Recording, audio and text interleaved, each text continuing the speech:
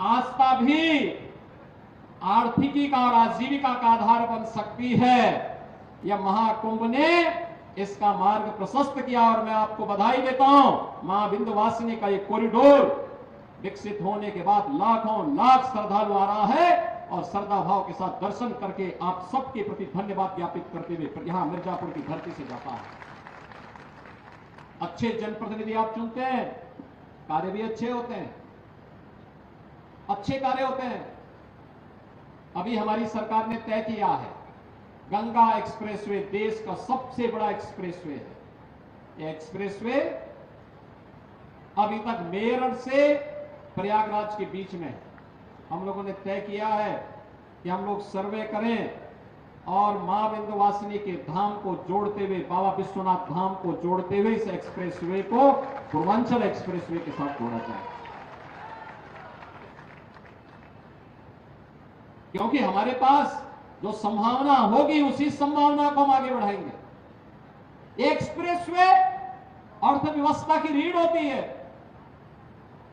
Infrastructure जितना मजबूत होगा, कनेक्टिविटी जितनी बेहतर होगी, विकास और अर्थव्यवस्था के लिए आगे बढ़ने की उतनी अच्छी संभावना होगी। बहनों और भाइयों, आज उत्तर प्रदेश अपनी अर्थव्यवस्था को देश की अग्रणी अर्थव्यवस्था के रूप में स्थापित करने में सफल हुआ है। 8 वर्ष के इस जनपदीय महोत्सव के माध्यम से आप देख रहे होंगे, जो एग्जीबिशन लगी हुई है, इसके माध्यम से झलक आप सबको देखने को मिल रही होगी। और आपने देखा होगा, आप अच्छे लोगों को चुन करके भेजे तो मिर्जापुर में मेडिकल कॉलेज भी बन गया, बाणसागर की परियोजना भी आ गई, मां विंध्यवासिनी का कॉरिडोर भी बन गया और अब मां विंध्यवासिनी के नाम पे राज्य विश्वविद्यालय का निर्माण कार्य भी युद्ध स्तर पर आगे बढ़ चुका है। अब आपको भी जो नई पीढ़ी है, स्नातक कर रही है, प्रास्नातक की पढ़ाई कर रही है, उनके लिए जब डिग्री अवार्ड होगी तो बहनों और भाइयों, उसमें मां विंध्यवासिनी का आशीर्वाद भी साथ में होगा। देश और दुनिया में, जीवन में जब कभी भी आप आगे जाएंगे, आपके साथ मां विंध्यवासिनी का आशीर्वाद होगा। जगत जननी मां भगवती विंध्यवासिनी का आशीर्वाद आपके साथ में होगा। जब हम लीक से हट करके कुछ नया करते हैं, कुछ अच्छा करने का प्रयास करते हैं, कुछ अतिरिक्त करने का प्रयास करते हैं, तो लोगों के लिए, सामान्य जन के लिए, समाज के लिए एक प्रेरणा बन जाती है और लोग उसको हाथों हाथ लेकर के जब सम्मान देते हैं तो वह एक नेतृत्व उस क्षेत्र में जो विकसित किया गया है वही एक लीडर का गुण होता है।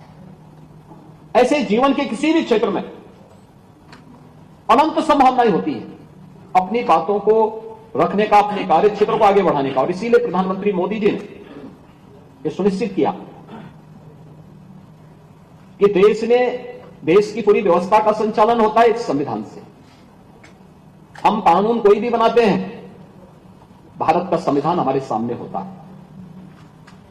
भारत का संविधान 26 नवंबर 1949 को बनकर के तैयार हुआ। उसका जो ड्राफ्ट था वह बाबा साहब डॉक्टर भीमराव अंबेडकर ने भारत की संविधान सभा को सौंपा था और प्रधानमंत्री मोदी जी ने 26 नवंबर 2015 से इस तिथि को संविधान दिवस के रूप में मनाने के कार्यक्रम को आगे बढ़ाया। इसके पीछे का भाव ही था, इसके पीछे का भाव ही यही था कि हम लोग अपने संविधान निर्माताओं के प्रति कृतज्ञता ज्ञापित कर सके।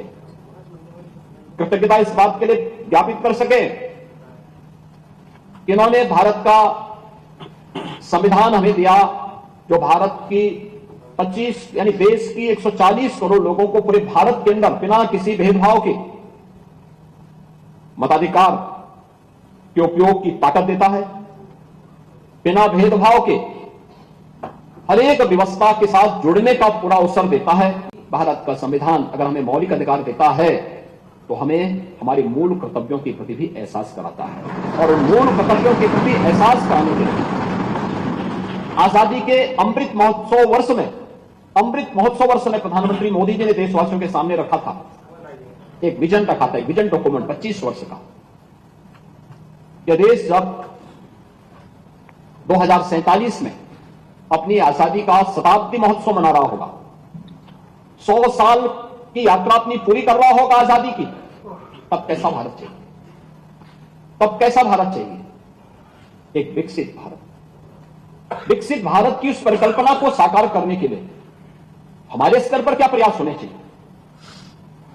हमारे स्तर पर प्रयास होने हैं हर नागरिक के लिए पंच प्रण की बात प्रधानमंत्री मोदी जी ने की, और ये पंच प्रण ही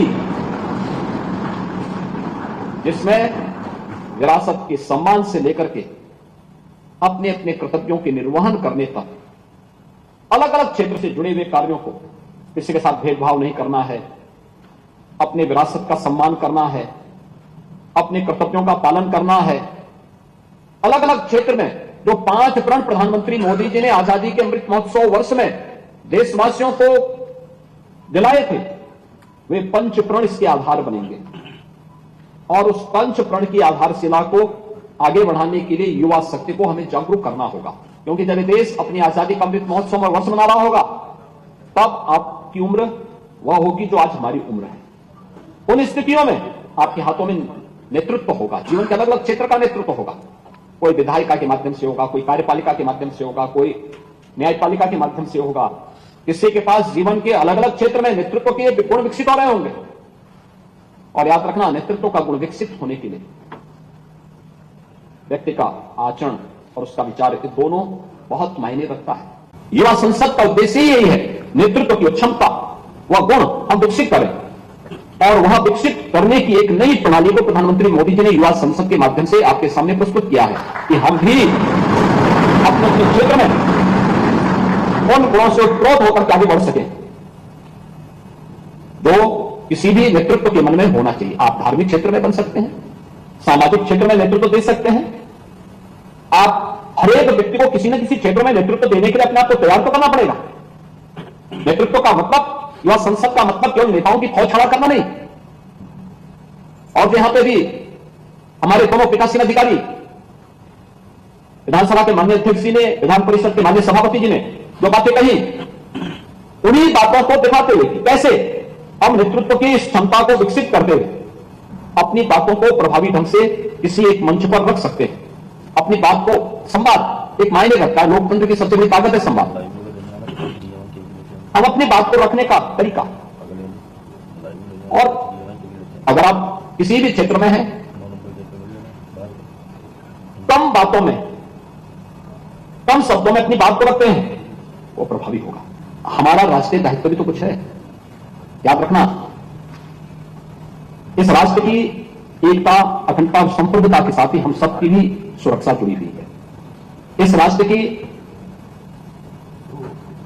एकता को बनाए रखने का दायित्व तो हम सबका होना चाहिए। सामाजिक भेदभाव न हो, विभेद न हो, ये सभी की सामूहिक जिम्मेदारी बनती है। राष्ट्रीय अखंडता को कोई चौंकी न देने का यह हर नागरिक का दायित्व बनता है। उस राष्ट्र की किसी भी जाति, मत, मजहब, क्षेत्र, भाषा का कोई व्यक्ति क्यों न हो, ये प्रत्येक का दायित्व बनता है। ये देश मेरे लिए पहले सर्वोपरि है। मेरी जाति, मेरा मत, मेरा मजहब, मेरा क्षेत्र, मेरी भाषा, बात में पहले देश। जब इस भाव के साथ हम कार्य करते हैं, तब राष्ट्र विकसित होने की प्रक्रिया को तेजी के साथ आगे बढ़ाता है, और उसमें अपने कर्तव्यों के निर्वहन के साथ हर व्यक्ति, और वो प्रवृत्ति हमें वो करनी पड़ेगी।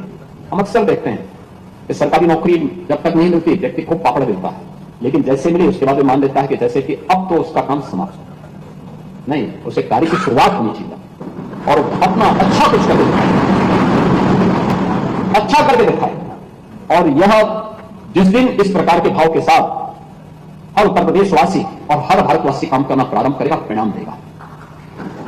हम लोगों ने पिछले 8 वर्ष में यही काम किया, प्रधानमंत्री मोदी जी की प्रेरणा से यही काम हम लोगों ने किया, अलग से नहीं।